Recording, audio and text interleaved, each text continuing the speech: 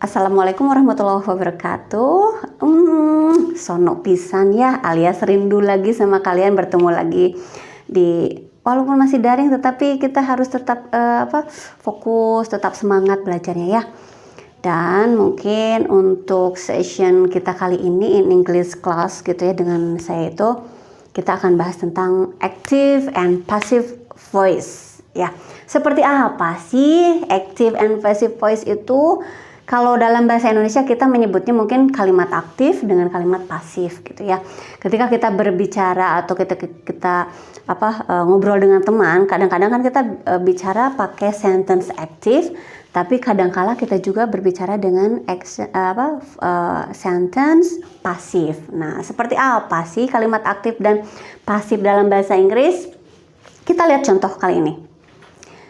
My mother bore me on 5th October 1980. Nah, itu kira-kira kalimat yang mana tuh?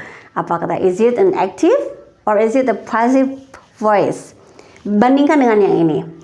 I was born on 5th October 1980. Nah, seperti itu tuh dua kalimat itu ya. Kita lihat perbedaannya. Bagaimana sih kita bisa membedakan bahwa itu tuh kalimat pasif dan itu tuh kalimat aktif? Ya, kalau dalam bahasa Indonesia kita menyamakannya mungkin seperti ini.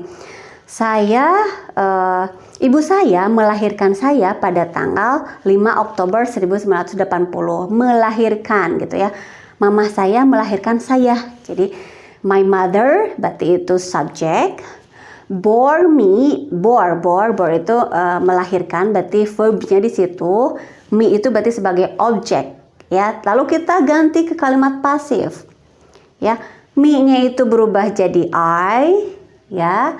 Lalu sebelum kata kerja itu kita harus put be atau put were seperti itu, ya. Jadi tergantung tapi dari tensesnya. Misalnya tadi kalimat yang tadi kan I was born on 5th October 1980. Berarti I yang tadinya di kalimat aktif itu me itu sebagai objek, tapi ketika kalimat pasif dia berubah menjadi subjek.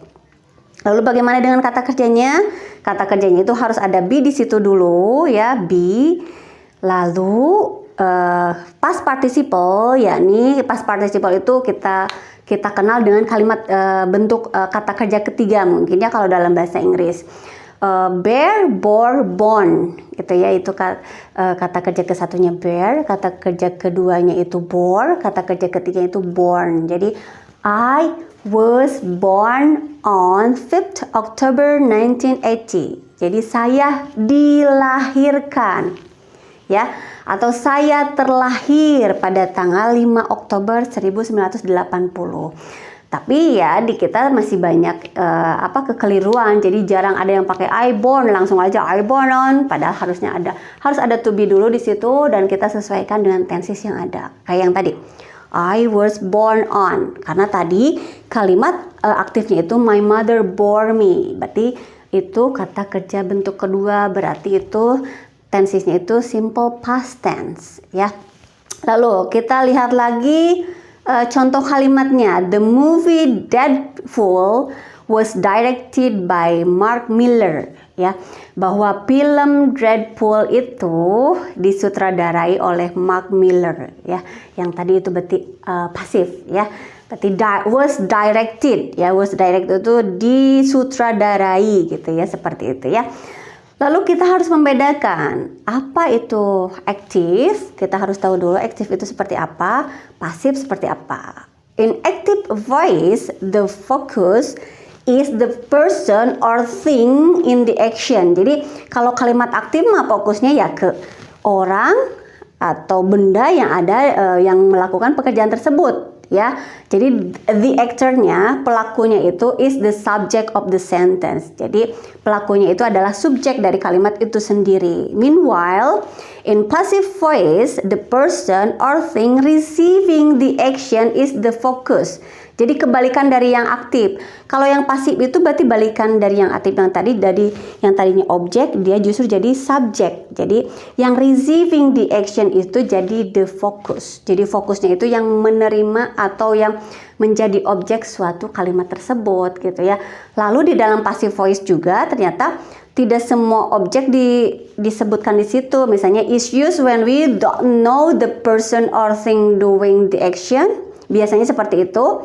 Atau when the person or thing doing the action is not important, tidak perlu disebutkan orangnya siapa atau pelakunya siapa gitu. Atau when we want to emphasize the thing receiving the action, ketika kita hanya ingin mengemphasize, meng-highlight saja siapa yang menerima suatu tindakan tertentu gitu ya. Jadi kalau di pasif mah the thing receiving the action is the subject. Jadi yang tadinya objek jadi subject. Jadi receiving the action is the subject.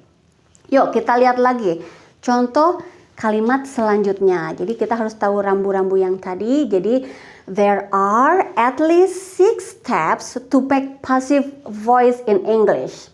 Apa saja tuh? Jadi secara general gitu ya, secara general itu secara umum ada 6 langkah ketika kita ingin membuat kalimat dalam pasif, dalam bentuk pasif. Yang pertama dari kalimat aktif itu berarti kita harus tahu identify the subject, the verb, and the object.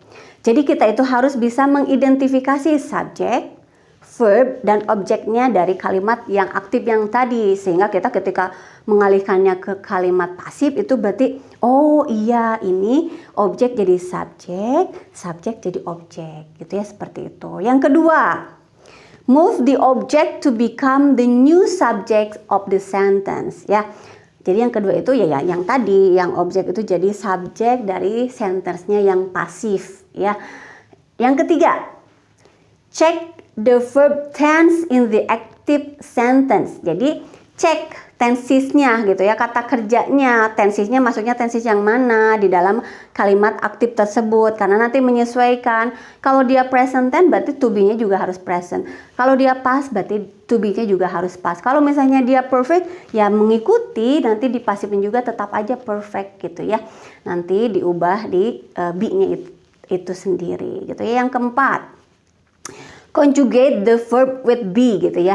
Jadi sambungkan sebelum kata kerja itu sambungkan dulu dengan to be, tetapi menyesuaikan tenses yang tadi gitu ya. Jadi kalau misalnya kita tahu bahwa itu present perfect tense, oh berarti sesudah has misalnya itu berarti be-nya harus diubah dulu ke kata kerja ketiga, berarti has been. Langsung aja ke kata kerja ketiga, verb atau verb ketiga itu namanya past participle, jadi has been done by me. Itu kan kalimat pasif ya. Berarti be-nya dirubah dulu ke kata kerja ketiga. Lalu yang kelima, add the past participle of the main verb after be. Yang tadi kata saya. Jadi sesudah to be itu, sesudah be itu diikuti oleh kata kerja past participle atau kata kerja ketiga kalau dalam bahasa Inggris gitu ya. Nah yang keenamnya berarti kita harus tahu subject of the active sentence. Jadi ketika kita misalnya mau mengalihkan kalimat itu ke kalimat pasif, berarti kita harus tahu dulu subjek dari kalimat aktifnya gitu ya. Jadi ketika kita sudah tahu oh ini subjeknya, ini kata kerjanya, oh ini objeknya, oh iya ini harus sebelum kata kerja ketiga harus ada be dulu, seperti itu ya. Oke, kita identify nih the next sentences. Kita mengidentifikasi nih, coba identifikasi kalimat-kalimat yang ibu ucapkan saat ini ya. Berarti you have to ready with your note ya. Nanti cepat-cepat tuh di weg ya jawabannya ya, ibu tunggu ya. Oke, lihat kalimat yang pertama.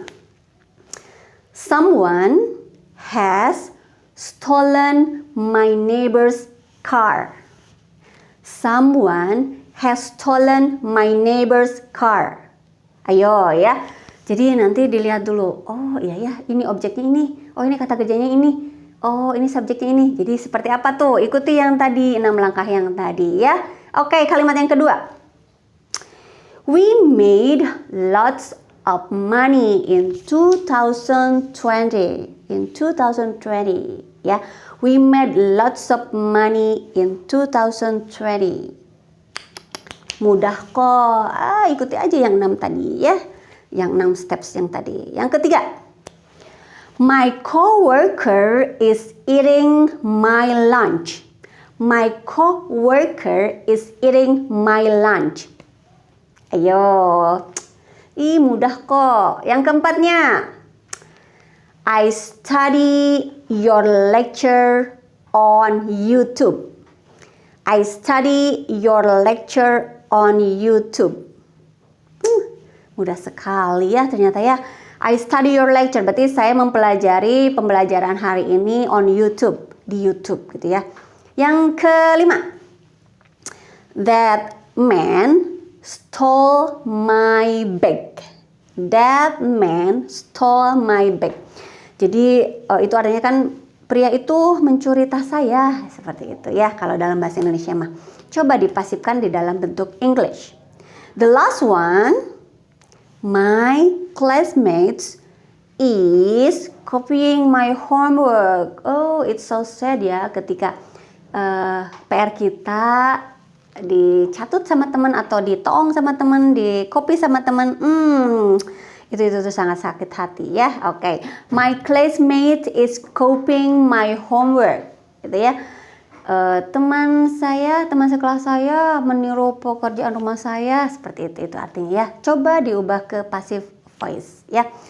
I hope you can understand the active and passive voice for today's material.